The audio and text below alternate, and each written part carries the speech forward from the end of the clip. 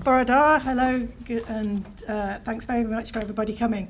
I was part of the organising committee, and I thought, when I first heard about this initiative from the Church of Wales, I thought this is an interesting proposition, because actually what we need is kind of a neutral space to have a very honest conversation about what's going on.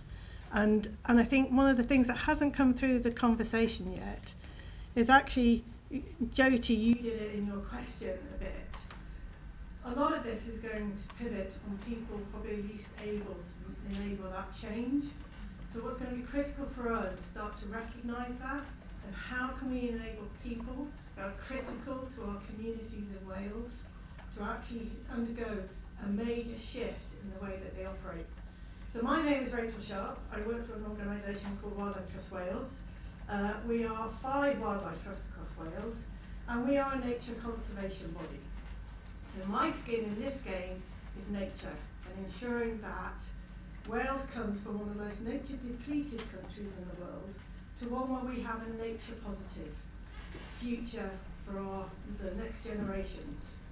And I think what's going to be quite critical to this is really recognising that a lot of the systems that we are basing our lives on at the moment are not sustainable. I see Derek Walker, who's a Future Generations Commissioner, is here, and we have one of the best pieces of legislation in Wales, the Future Wellbeing and Future Generations Act.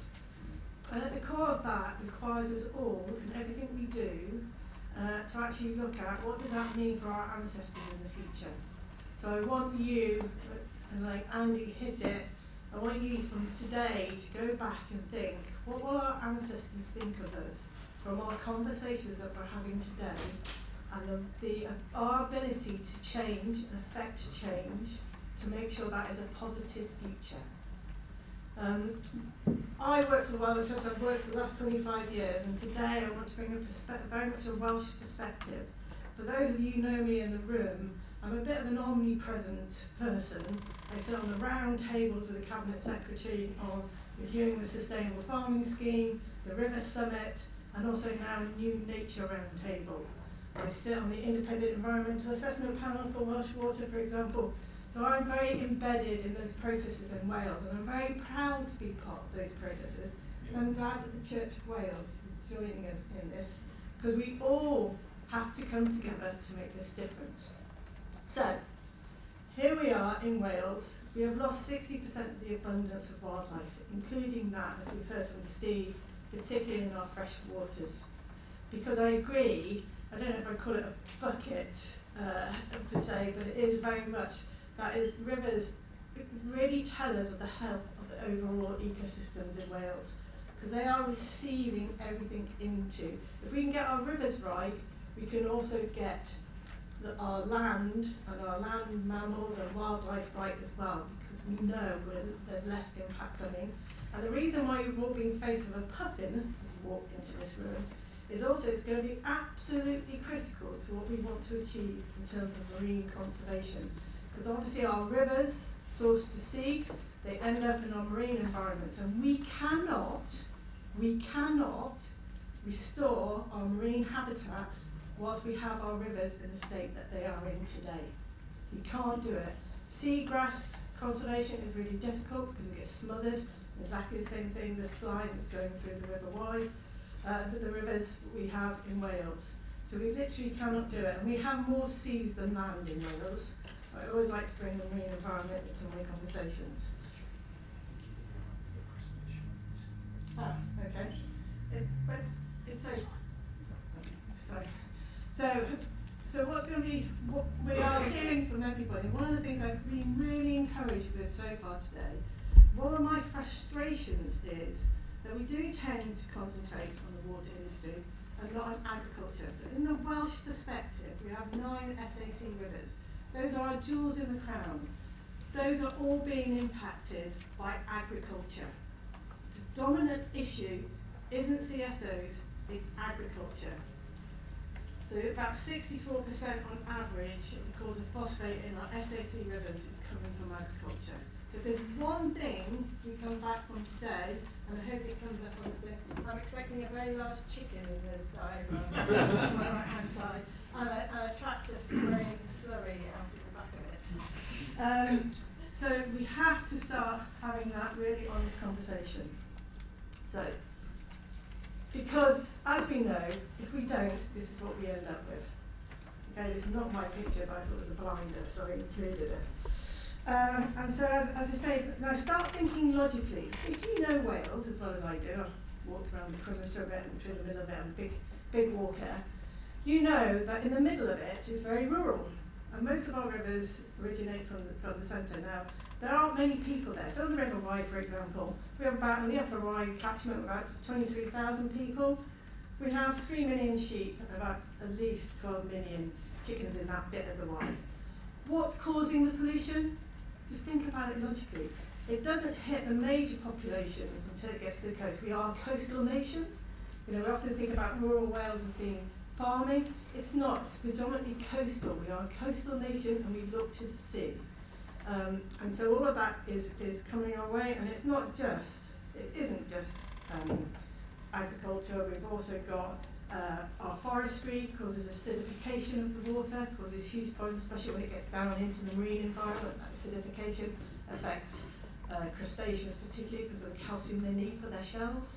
Other poor practice in farming, like the picture we see here, where actually you're looking at sediment getting into the rivers, that causes huge issues with smothering, particularly of fish eggs, etc.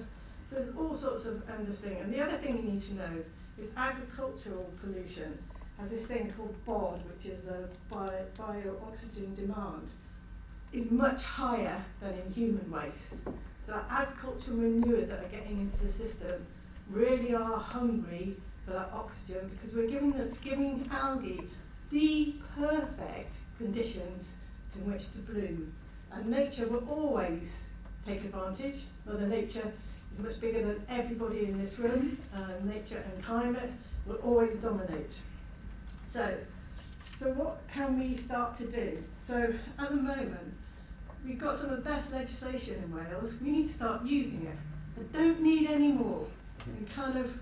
I'm done with all of that. We need to use what we have and we need to enforce it.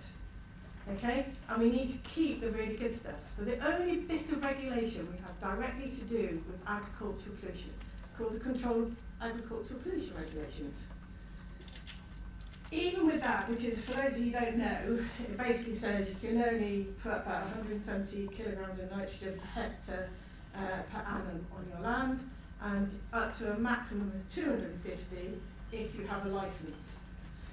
That license is now voluntary, and also that agricultural pollution regs is under a great deal of pressure politically, mostly driven by the farming unions who want to get rid of it.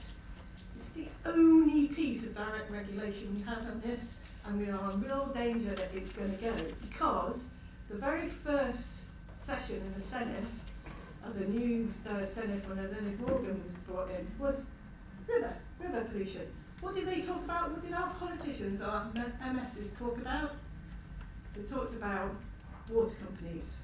Almost only one briefly mentioned agriculture. And that's shocking.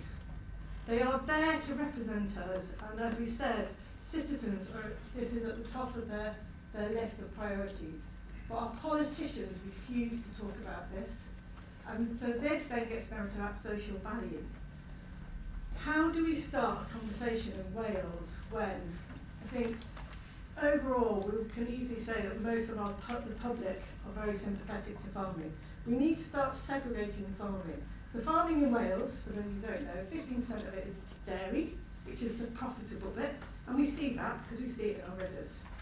Most of it is sheep, 0.001% is horticulture, so in other words, we don't grow our fruit and veg, and about 3% is arable. So Welsh farmers do not grow food that we eat here in Wales.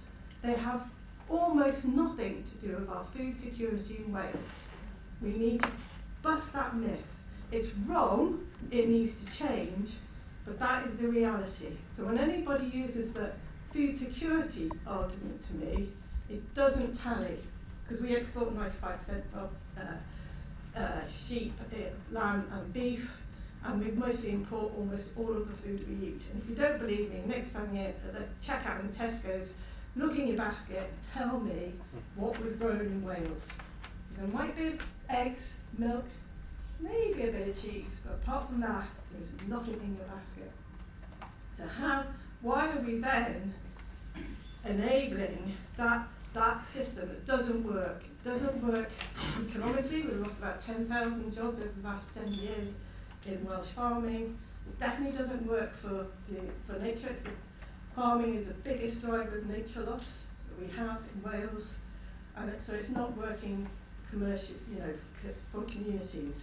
But farmers are key. They are the only ones that can turn this around. We need people on the land to manage the land, to correct all of this.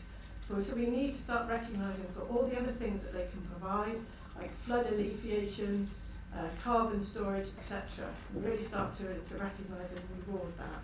So the last thing we haven't talked about quantity, and I'll very quickly touch on this.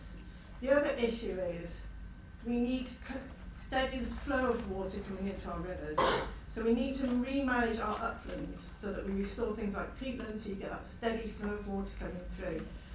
Because unfortunately, as we've already mentioned, salmons are likely to become extinct. Part of that's to do with water temperature. So effectively, a salmon like it between 6 and 20 degrees, but anything really above that, you start to, the hatchery starts to fail after about 12 degrees centigrade. So you start seeing, that's where we're seeing the drop-off of such species such as salmon. And they are one of our most iconic species. So all I can say, the other thing is we've heard about communities coming together. They are amazing. We need to support them, but we need to remember that farmers are also part of that community, and we need to bring them along. So thank you very much. I can see somebody over my shoulder.